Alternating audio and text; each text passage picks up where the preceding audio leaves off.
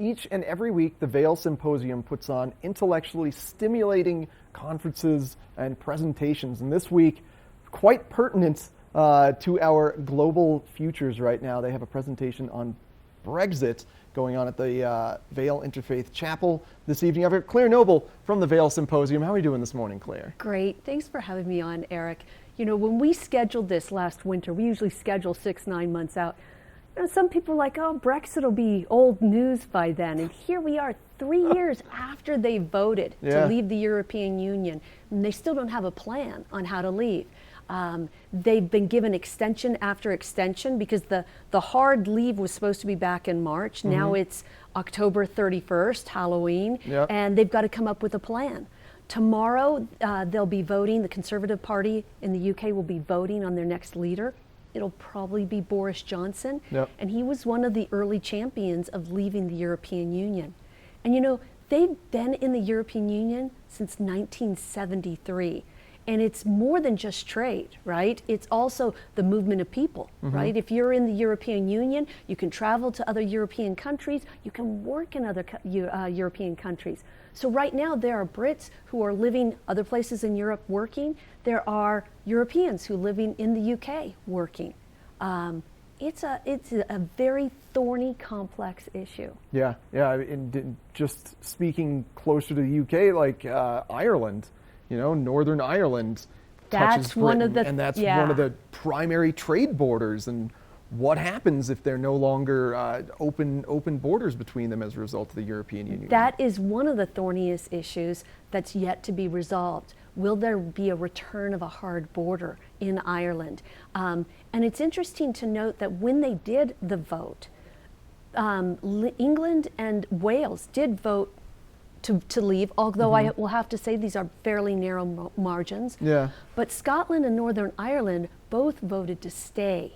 So even within the UK, there are divisions on whether or not to leave or stay. And again, the referendum itself was a relatively narrow margin, about 52% to 48%. Yeah, I think what's intriguing too, so it was 3 years ago is when it was voted on.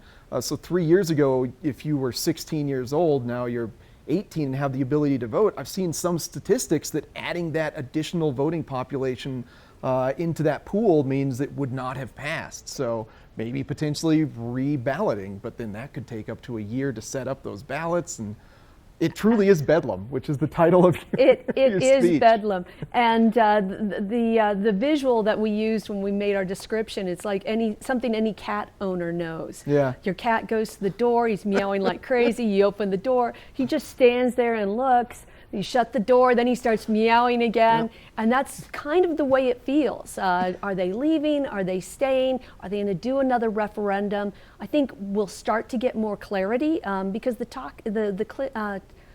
clock is running out on them, right? They really don't have much more time to do this. You know, it's a shame because, again, the impacts are going to be economic for them, also for us, because we right now trade with the European Union, and then we'll have to have a bilateral agreement with the UK.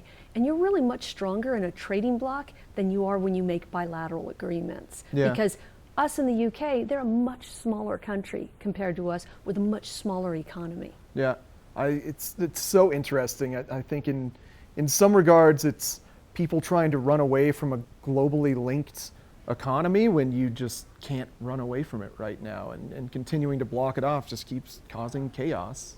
There's a lot of speculation that fear had a lot to do with this vote, fear of immigration as well. Interestingly, some of the places that have very little foreign immigration in them, like Wales, ended up voting overwhelmingly to leave.